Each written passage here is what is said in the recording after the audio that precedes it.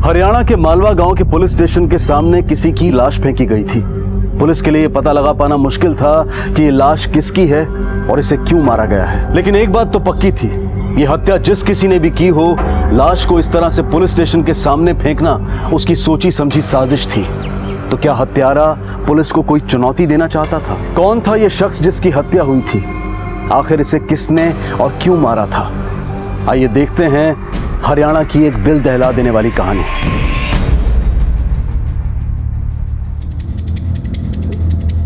Sir, हाँ, यहाँ ये क्या हुआ? ये देखिए सर, लाश को घसीटने के निशान। ऐसा लगता है कि विक्टिम को यहाँ लाकर नहीं मारा गया है। और सर, इसकी बॉडी से भी हमें कुछ नहीं मिला है जिससे हम इसकी पहचान कर सकें। अरे आप लोगों में से कोई पहचानता है इसे? नहीं साहब, नहीं। आप लोगों में से कोई? नहीं साहब। हत्यारे ने ये लाश शायद इसलिए यहाँ फेंकी होगी क्योंकि विक्टिम इस एरिया का नहीं है। बॉडी को पोस्टमार्टम के लिए भेजो। आसपास के थानों से कोऑर्डिनेट करो। कहीं ना कहीं कोई ना कोई ऐसी मिसिंग कंप्लेंट जरूर होगी जिसकी डिस्क्रिप्शन इसकी लाश से मैच खाता हो। तब तक इस इलाके की अच्छी तरह से छानबीन करते हैं। कुछ ना कुछ हाथ जरूर लगेगा। जी सर।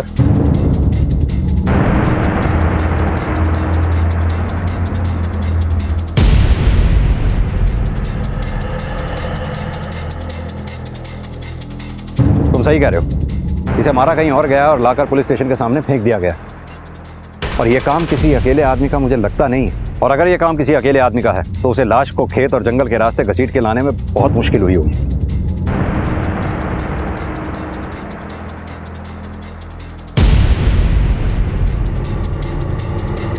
सर, वहाँ पत्ते पे खून के निशान लगे। आप ये देखिए सर।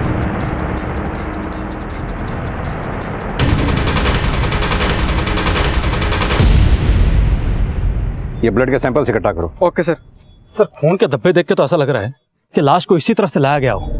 मलिक, ये जंगल और खेत खलियान का इलाका तो यहाँ आकर खत्म हो गया। यहाँ से अपने पुलिस स्टेशन तक की दूरी करीब 1.5 से 2 किलोमीटर की होगी। मान लो हत्यारा यहाँ से लाश को लेकर घुसा और पुलिस स्टेशन तक घसीट कर ले गया तो उसे खासी मेहनत करनी पड़ी होगी। लेकिन सर, लाश को 2 किलोमीटर तक घसीट के ले जाना, और वो भी ऐसी लाश जिसे ले जाने में तकलीफ हुई हो, कोई भी हत्यारा इतनी मेहनत क्यों करेगा? जो इंसान एक जिंदगी को खत्म कर सकता है वो 2 किलोमीटर तो क्या 5 किलोमीटर तक भी लाश को घसीट कर ले जा सकता है। सवाल वो नहीं है। सवाल ये है कि उसने लाश को पुलिस स्टेशन के सामने ले जाके क्यों फेंका? वो कहीं और भी तो ठिकाने लगा सकता था उसको। सर, शायद ये हत्यारा जानबूझकर ऐसा चाहता हो कि हम इस लाश तक जल्द से जल्द पहुंचे। तो तुम्हारे कहने का मतलब ये है कि लाश तक हम नहीं, लाश हम तक पहुंची है। ऐसी बेनाम लाश जिसके बारे में हम उतना ही जानते हैं जैसे कि एक कोरा कागज। इस लाश के बारे में पता करना इतना आसान नहीं होगा। आसपास के घरों और गांव में पता करो, शायद कोई घर ऐसा मिले जिसका इस लाश से कनेक्शन हो। और हाँ, इस लाश की फोटोग्राफ को हर इलाके में सर्कुलेट करा दो। हो सकता है कोई मिसिंग कंप्लेंट ऐसी मिले जिसका इस लाश से मैच हो। जी सर।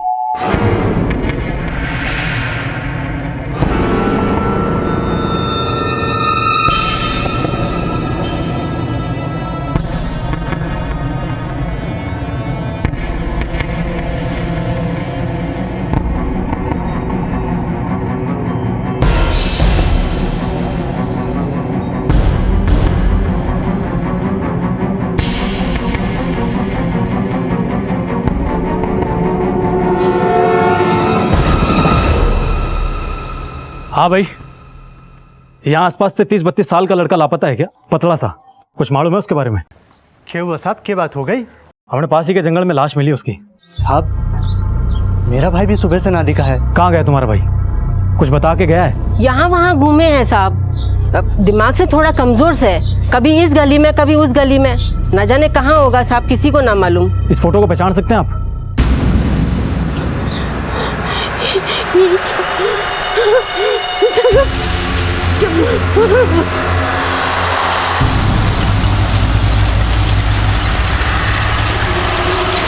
पुलिस की जी तोड़ कोशिशों के बाद आखिरकार उस शव की शिनाख्त हो गई। लेकिन सवाल यह था कि इस शख्स की हत्या किसने की और क्यों? मृतक के परिवार को इस बात पर यकीन नहीं हो रहा था कि उन्होंने अपने परिवार के एक अहम सदस्य को खो दिया था। शव की शिनाख्त के बाद पुलिस ये जानने में जुट गई कि आखिर ये मामला क्या था और आखिरकार किसने इस मानसिक रूप से विकलांग जगत को इतनी बेरहमी से मारा था। पता नहीं साहब, किसने मारा और क्यों मारा मेरे जगत को। अरे मेरा बेटा किसी का बुरा कर ही नहीं सकता था, इतनी समझ ही कहाँ थी उसमें। मतलब? अरे साहब, देखने में बड़ा ज़रूर था, उसका दिमाग भी कमज़ोर था। बिल्कुल 10-12 साल के बच्चे की तरह बर्ताव था उसका। लगी ले मेरी बारी है, मैं खेलूंगा ले। अरे ऐसे नहीं खिलाते किसी कम।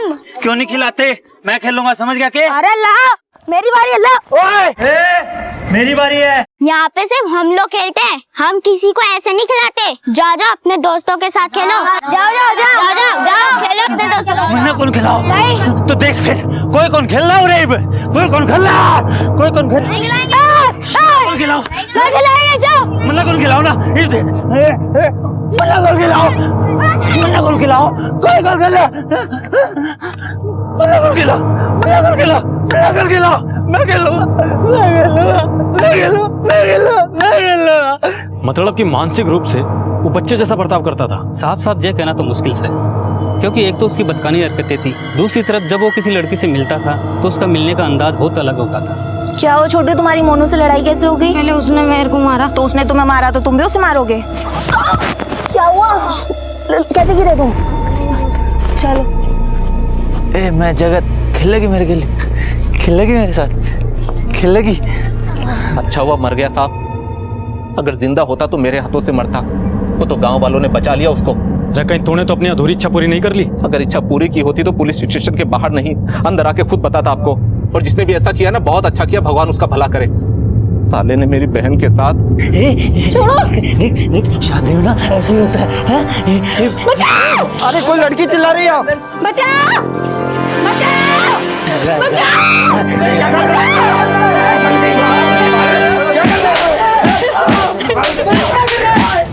अरुण भैया, वो जगत सुमन को छेड़। जगत काजल, काजल, काजल, काजल बहन को छेड़ता है। यही काट दूंगा तुझे, यही काट दूंगा, यही काट दूंगा।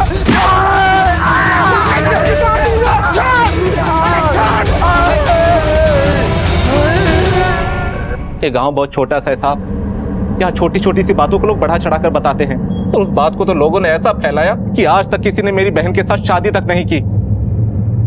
एकदम बावड़ा था, कुछ भी करे था, पता नहीं इसको पागल खाने में भर्ती क्यों ना किया उन लोगों ने। और कोई खास बात जो आपने नोटिस की हो? उसका भाई भरत डॉक्टर बन के आया था शहर से, और शहर से आने के बाद उसका ब्याह यहाँ हो गया। भरत के ब्याह के बाद जगत घर में रहने लग गया, और जब भी घर से निकलता तो लोगों से यही कहता फिरता कि उसका ब्याह किसी गुड़िया से हुआ। ऐसा क्यों कहा करता वो?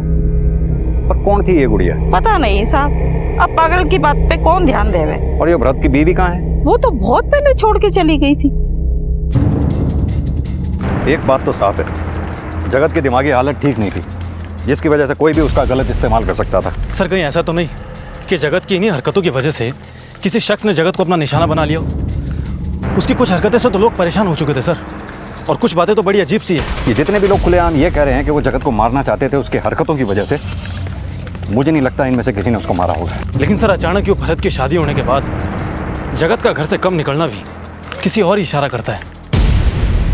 मलिक, ये जगत के मौत की गुत्थी इतनी आसानी से सुलझने वाली नहीं है। जो पेड़ हम देख रहे हैं इसकी जड़ें बहुत दूर हैं, और जब तक इन जड़ों को हम खोद नहीं देंगे ना, हमारे हाथ कुछ लगने वाला नहीं है। सर ये यहीं पास ही में रहता है, इसे जगत के बारे में कुछ पता है? क्या पता है जगत के बारे में?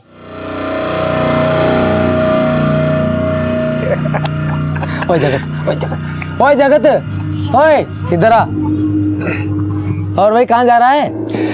अच्छा सुन, हमने एक नया बहुत अच्छा खेल निकाला है, खेलेगा तू? नया खेल?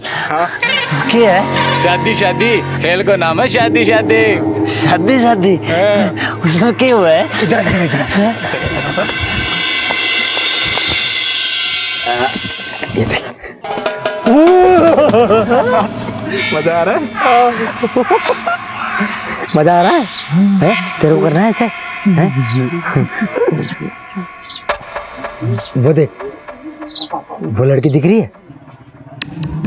अब यूँ समझ ले कि तू है इस वीडियो का हीरो और वहाँ लड़की है इसकी हीरोइन। अब तेने बस ये करना है जो तू यहाँ देख रहा है, तेने करना है ऐसा है? चल उठ उठ उठ उठ, चल चल चल, अरे चल मेरे इस मिट्टी के शेर, जल्दी जा, आज कस के जल्दी, यहाँ जा जा जा, घबराने की जरूरत नहीं है, तेरा भाई है इधर, चल जा जा जा जा। आज इस पागल की लगेगी छित्ती पर है।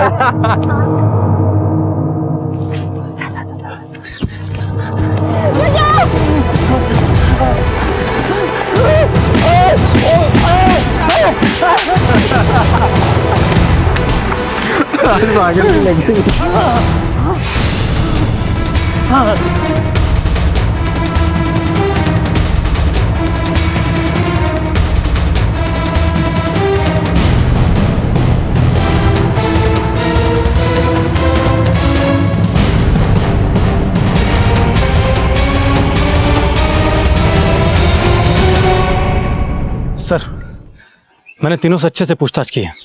कोई कुछ भी बताने को तैयार नहीं। तीनों सिर्फ इतना कबूल कर रहे हैं कि वो जगत के साथ में रेड लाइट एरिया में जरूर जाया करते थे, लेकिन इनका कहना है कि जगत के साथ में वो जो भी मस्ती मजाक करते थे उससे किसी को नुकसान नहीं होता था। और कोई खास बात जो उन्होंने बताई हो? हाँ सर, इनका कहना है कि जब जगत का भाई भरत शहर से आया था और भरत की जब शादी हुई तब से जगत ने घर से निकलना कम कर दिया और जगत ने इनको किसी गुड़िया के बारे में बताया था, लेकिन इनका कहना है कि उन्होंने आज तक उस घर में किसी गुड़िया को नहीं देखा। मालिक, इन तीनों को इतनी आसानी से हम छोड़ नहीं सकते हैं। तुम एक काम करो, इनके फ़ोन रिकॉर्ड्स और सारी चीज़ों को क्रॉस चेक करो, क्योंकि जितनी शराफत ये दिखा रहे हैं ना उतने शरीफ ये हैं नहीं।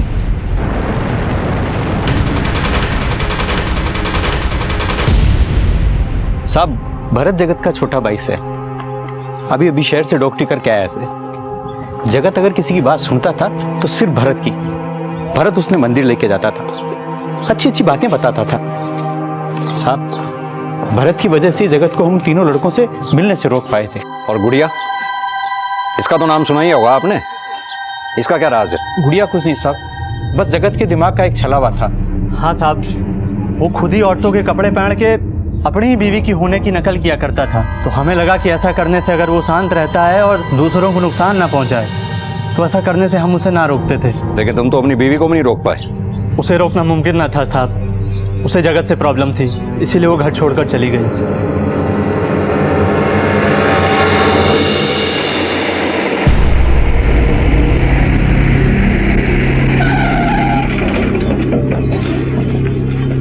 साहब, मन्नेवा कुछ भी अच्छा ना लग रहा था। पहले दिन से ही उनके परिवार वालों पे शक सा होने लगा था और उन लोगों ने तो शादी के बाद तक मन्ने ये ना बताया था कि उनके एक बड़ा लड़का भी है जो कि पागल से, वरना 20 लाख दहेज में देकर कौन उस घर में शादी करता।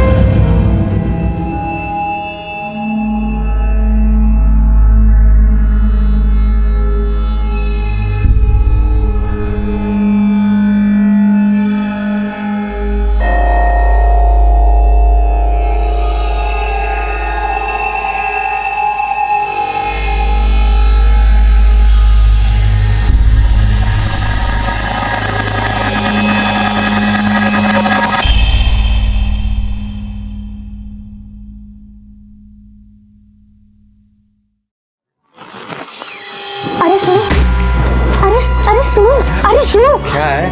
वो वहाँ खिड़की के पीछे कोई है। मैं देख कर आता हूँ।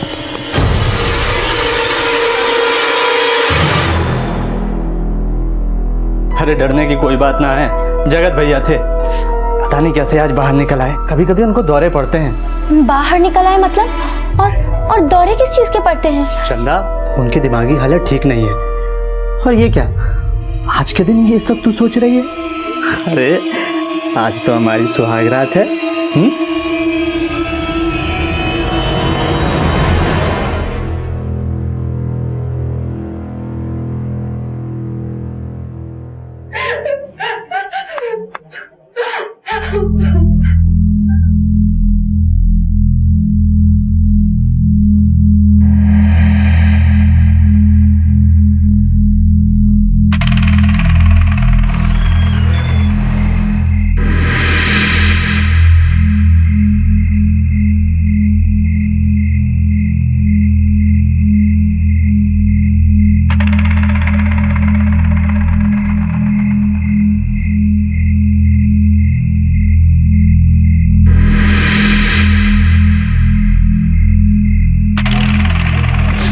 अरे चंदा, तू यहाँ इतनी रात को क्या करे से?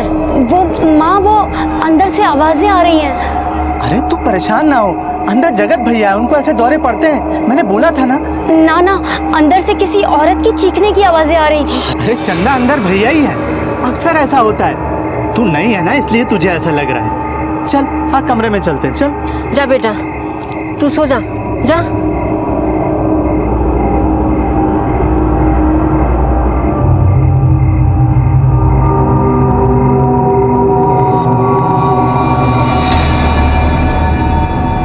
उसे यहाँ लाकर गलती तो ना कर दी हमने। शादी के बाद भरत के साथ सीधे सरकारी क्वार्टर में भेज देना चाहिए था। ना ना, ऐसा करने से तो इसे और गांव वालों को अजीब लगता। एक हफ्ते की तो बात है, उसके बाद तो ये अपने हिसार वाले सरकारी क्वार्टर में चले जाएंगे। उस घर में कुछ तो ऐसा था जो कि ठीक ना था। बस उसी के बाद से मेरा शक और भी गहरा हो गया।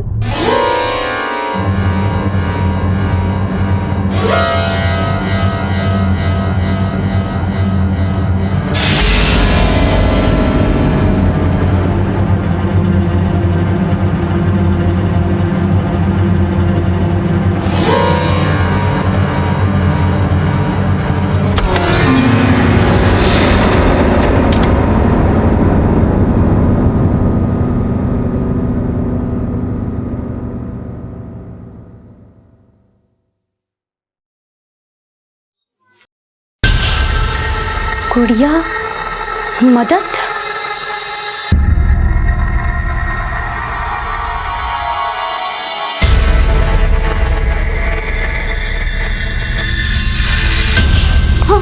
चंदा तू क्या कर रही है यहाँ पे? वो वहाँ दीवार पर कुछ ना इधर भाई रवे। तू आ मेरे साथ। तुझे कितनी बार समझा इधर भाई रवे से? हाँ हाँ चंदा, ये ठीक बोले से। चल तू भीतर जा, जा जा, जा।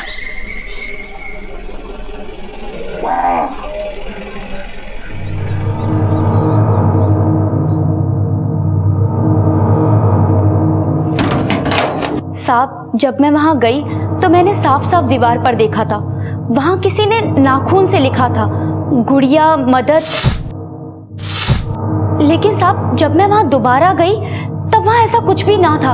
और ये बात मैंने अपने पति को भी बताई थी। मैं कसम से बोलूं हूँ, मैंने वहां दीवार पर गुड़िया मदद लिखा देखा है। चंदा के गुड़िया गुड़िया लगा रखा है तने?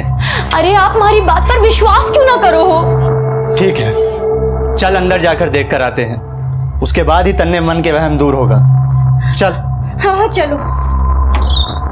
बता कहाँ लिखा है? अरे यही तो था। कहाँ? यही, पर अब कहाँ गया?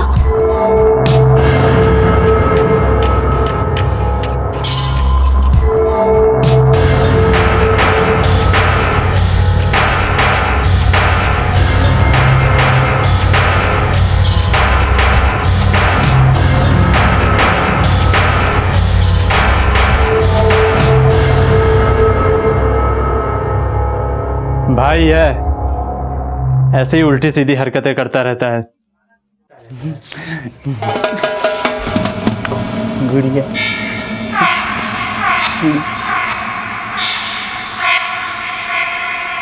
ये सब क्या हो रहा था मेरे कुछ समझ ना आ रहा था। मैंने जानने की कोशिश भी की पर कोई फायदा ना हुआ। और फिर उसके बाद मैंने वो घर छोड़ दिया और यहाँ चली आई।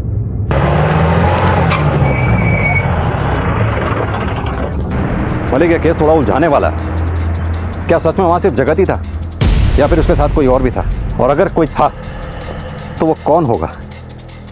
इस केस में जितने मुंह उतनी बातें हो रही हैं, पर इन बातों में सच कहाँ छुपा है? सर, हमने जगत के घर के आसपास पता किया, उनमें से किसी ने जगत के यहाँ कभी कोई औरत नहीं देखी और ना ही जगत को कभी औरत के कपड़ों में देखा। सर, क्यों ना एक बार भरत से पूछताछ की जाए? आखिर उसके आने के बाद से तो जगत के बर्ताव में बदलाव आया था। नहीं मलिक, ये सही मौका नहीं है भरत से पूछताछ करने का। एक काम करो, उस पर नजर रखो, उसके घर के सारे फोन टैप करो। जी सर। जिस केस की शुरुआत एक अनआइडेंटिफाइड बॉडी से हुई थी, वो केस अब कई सवालों से घिर चुका था। और उन सवालों में जो सबसे बड़ा सवाल था वो था एक नाम, गुड़िया। आखिर कौन थी ये गुड़िया और इसका क्या लेना देना था जगत के साथ? क्या ये वाकई में किसी का नाम था या फिर सिर्फ ये एक कल्पना थी? आखिर क्यों ये सारे सवाल इस बात की ओर इशारा कर रहे थे कि कहीं ना कहीं भरत की सब में हिस्सेदारी थी। लेकिन इन सारे सवालों की शुरुआत जिस सवाल से हुई थी उसका जवाब पुलिस को अब तक नहीं मिला था। आखिर किसने मारा था जगत को? सर, मैंने पता किया है।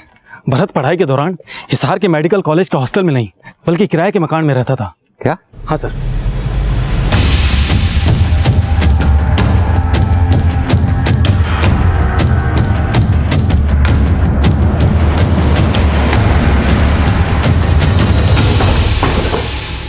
हाँ सर, ये मेरा ही घर है और भरत यहाँ किराए पे रहता था। और आप?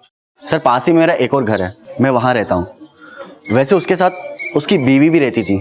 पक्का वो उसकी बीवी ही थी? हाँ सर, संध्या नाम था उसका, लेकिन वो आपस में हमेशा लड़ते रहते थे। और कुछ जो आप उनके बारे में जानते हो? हाँ सर, एक दिन संध्या को मैंने सड़क पर किसी आदमी से लड़ते हुए देखा था। वहाँ पूरे गांव के सामने मेरी इज्जत की वाट लगाकर तुम यहाँ ऐश कर रही है। और उस दिन उन दोनों के बीच में झगड़ा भी हुआ था। भरत, पैसे चाहिए घर के लिए। अभी मैंने 10 दिन पहले तुझे दिए थे पैसे, 7,000 रुपए दिए थे ना मैंने। 7,000 में क्या होता है भरत? क्यों नहीं होता है? पहले तो होता था। भरत, नहीं होता है। क्यों नहीं होता है? 1 महीने में खत्म हो चुके पैसे। वो कितने पैसे चाहिए तुझे? चिल्ला मत। कौन था वो आदमी जिसके साथ उसका झगड़ा हुआ था? ये तो मालूम नहीं और ना ही कभी मैंने पूछा। अच्छा, आप हमारे स्केच आर्टिस्ट को उस लड़की का हुलिया बता सकते हैं? हाँ सर, जरूर। हाँ साहब, ये सच है कि मेरी पहले भी एक शादी हो चुकी थी। पहली शादी की बात मैंने इसलिए छुपाई क्योंकि उससे दहेज कम हो जाता साहब, इतनी बड़ी रकम दोबारा ना मिलती, बस इसीलिए मैंने शादी के लिए हाँ कर दी। तो फिर वापस क्यों गई वो? पता नहीं साहब, उसे तो मुझसे जुड़ी हर एक चीज़ से नफरत होने लगी थी। मैं उसकी हर एक बात नज़रअंदाज कर देता था साहब, लेकिन फिर भी वो एक दिन चली गई। भरत, मेरे साथ रह नहीं सकता। अरे मेरी बात तू मुझे कहीं लेके नहीं जाता। कहाँ जा रहा? के नहीं देता। तू जा कहाँ? कपड़े नहीं ला के मेरी देता बात मुझे। तो सुन। तू छोड़ मुझे। सुन मेरी। तू मेरे साथ रहने लायक ही नहीं है।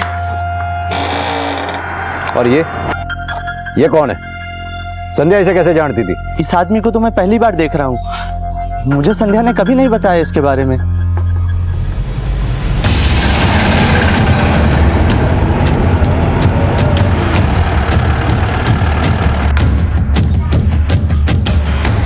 क्या बात से साहब? संध्या का घर यही है? जी नहीं, जिस संध्या की आप बात कर रहे हैं वो हमारे लिए कब की मर चुकी है। सरपंच के बेटे से शादी होने वाली थी साहब उसकी। अब तो ये कहते हुए भी शर्म आती है कि वो हमारी बेटी है। न जाने कब उसके दिमाग में गोबर भर गया साहब। उस भरत के साथ भाजगी, मुंह काला करा दिया उसने पूरे गांव के सामने मेरा। इसे पहचानते हैं आप? ये तो हरीज है साहब। इसकी फोटो लेके क्यों घूम रहे हैं आप? इससे ही तो संध्या की शादी होने वाली थी। छोरी तो संभालने न जाती तेरे से, मुंह उठा के रिश्ता लेकर चला आया। भाई शेखर, अब ये 3 लाख रुपए तो तने देने ही पड़ेंगे। 3 लाख? पर शादी तो हुई ना है। ये भी टेंट तंबू का खर्चा कौन देगा? तुम्हारी लड़की की गलती की सजा हम क्यों भुगते हैं? पैसे ना थे, मजबूर में जमीन बेचनी पड़ी। ना जाने कौन मनुष्य घड़ी में पैदा हुई थी। ना वो हमारी बहन है, ना इस घर की बेटी।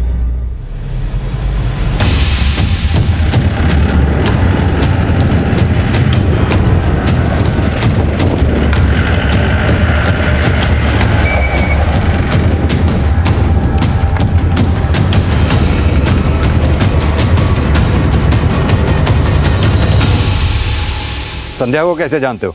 बस एक बार मिला था उससे शहर में। तुम? हाँ मैं। वहां से मुंह काला करा करके यहाँ पर ऐश कर रही है। बस आप गुस्से में 2-4 बात सुना, मन भर लिया। ये मरने के पता हो कहाँ होगी और किसके साथ होगी। मलिक, ये गुड़िया का क्या चक्कर है? कौन होगी ये गुड़िया? सर, कहीं ये गुड़िया कोई मनगढ़ंत तो नहीं है? जगत को किसी ने क्यों मारा होगा? कौन सा ऐसा शख्स होगा जिसने जगत को मारा होगा?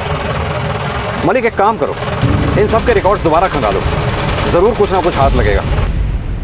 आप लोग चलिए, हो जाएगा काम। ठीक है सर। इन फोन रिकॉर्ड से कुछ हाथ लगा है। क्या? सर, जिस रात जगत गायब हुआ था उस रात को भरत ने अपने फोन से एक लोकल नंबर पे फोन किया था। किसका नंबर है वो? सर, वो नंबर बल्लू का है और ये बल्लू जगत के उन तीनों दोस्तों में से एक है।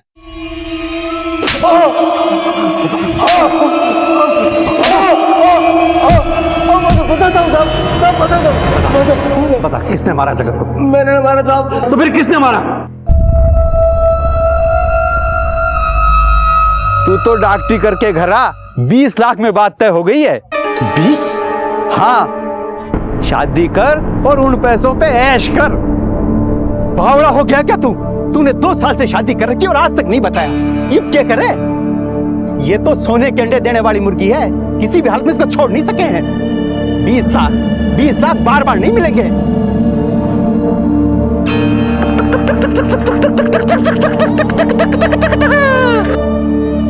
एक काम कर, लेके आ उसे, देखते हैं क्या करना है।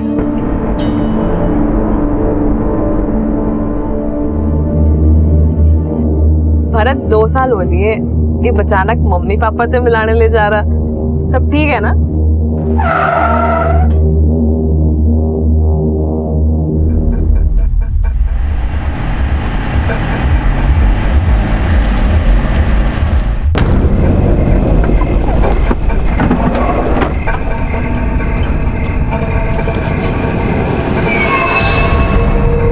उठाओ जल्दी से।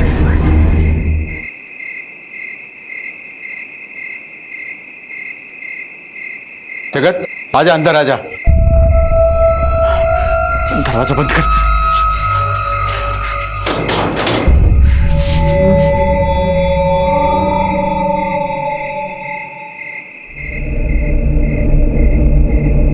या ना आज से तेरी गुड़िया से तू ना इससे शादी खेल सके, इतने कोई ना रोके वो। लुगाई बनेगी या शादी के लो,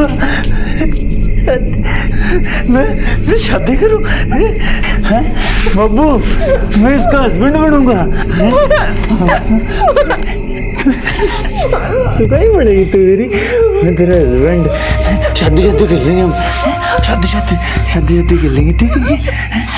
चलो सब।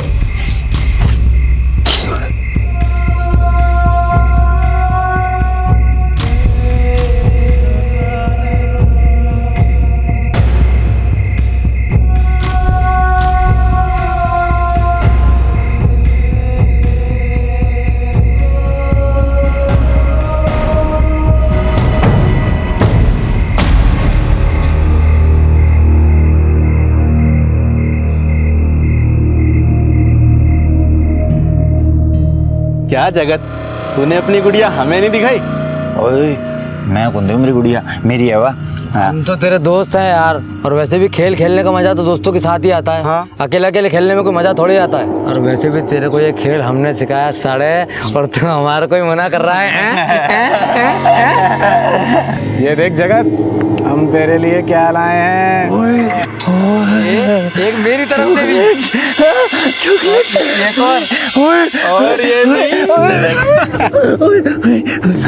पर एक बात है बुल्लू, जितनी बार भी मेरी गुड़िया के लिए खेल लगा ना, उतनी चॉकलेट देनी पड़ेगी, मंजूर है? अरे एक नहीं, 3 चॉकलेट लेके आऊंगा, और एक ये, एक मेरी तरफ से ये, और ठीक है? 4 अब ना सरताज, ऐसा करते हैं कि पहले ना बुढ़िया के साथ मैं खेल लेता हूँ, ठीक है? तो चॉकलेट का, ठीक है? हाँ खेल।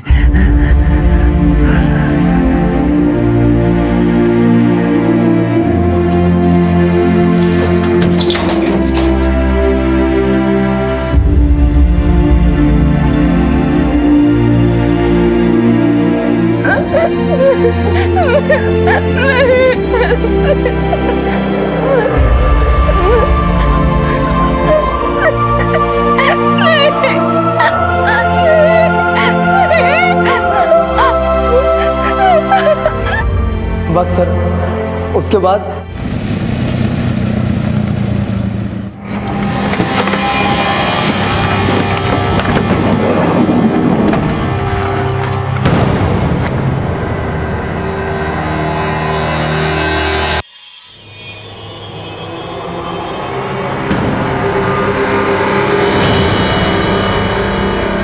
तो फिर संध्या कहाँ है?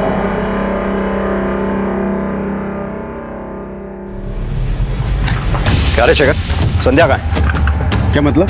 देख, ज्यादा चालाक बनने की कोशिश मत कर, हमें सब पता चल चुका है। देख, अभी भी सच सच बता दे, वरना तू हमारा स्टाइल जानता ही है। सर, मैंने इस बारे में कुछ नहीं पता। ये ऐसे नहीं बताएगा, लेके चलो इसे। चल पकड़ो।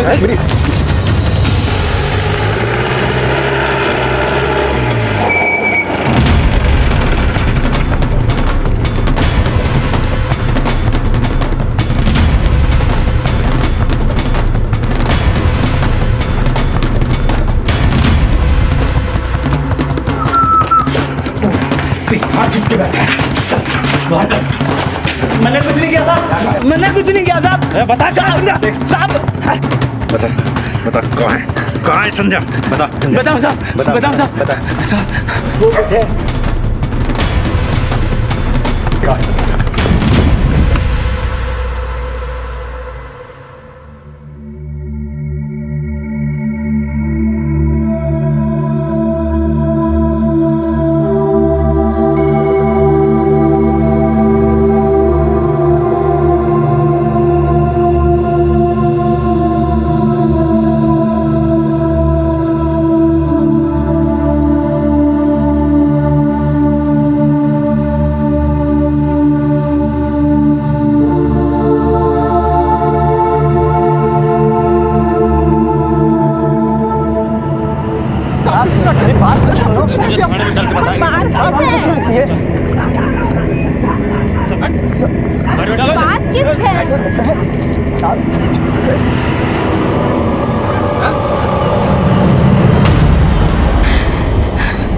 मैं तो अपना नाम तक भूल चुकी थी।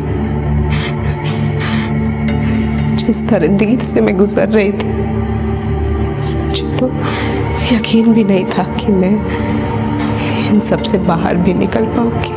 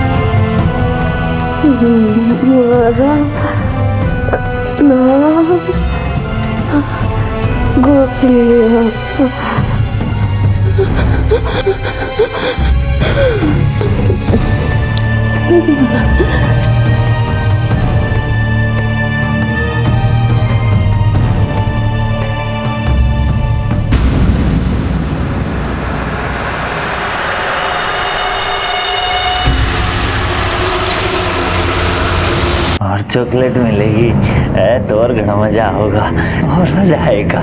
सारे रोज चॉकलेट खाऊंगा, सारे शादी खेलेंगे। बल्लू कितनी चॉकलेट देगा मेरे को? बल्लू 1 2 कितनी चॉकलेट देगा भाई?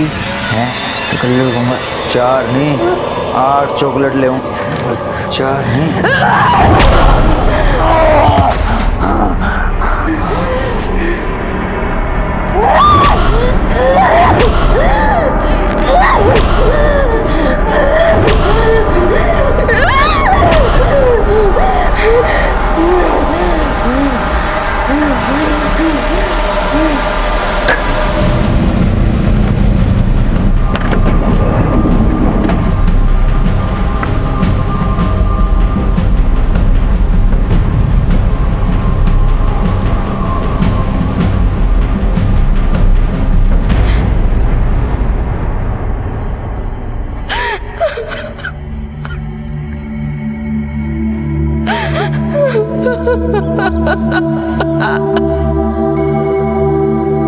लालच किसी भी इंसान को अंधा बना देता है। ये हमें मानसिक रूप से अपंग बना देता है। इस केस में दहेज के लालच की वजह से संध्या के साथ जो कुछ भी हुआ वो इंसानियत पर प्रश्न चिन्ह खड़े करता है। क्या हम इतने गिर गए हैं कि चंद रुपयों की खातिर अपने जमीर और ईमान से मुंह फेर लें?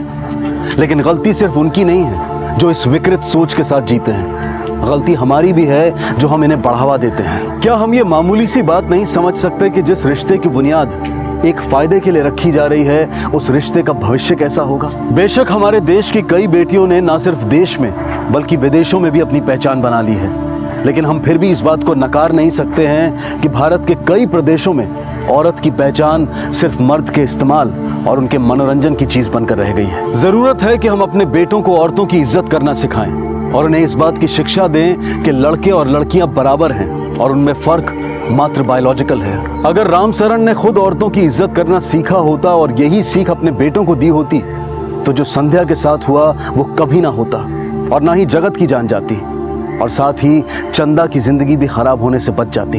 अब मैं अनूप सोनी आपसे विदा लेता हूँ। फिर मुलाकात होगी अगले एपिसोड में और खुलासा करेंगे एक और जुर्म का। तब तक अपना और अपने परिवार का ख्याल रखें और देखते रहें क्राइम पेट्रोल डायल 100। सबक एक को, सीख हम सबको। जय हिंद। क्राइम पेट्रोल्स के और भी दिलचस्प कहानी देखने के लिए हमारे चैनल को सब्सक्राइब करें और बेल आइकॉन दबाना न भूलें।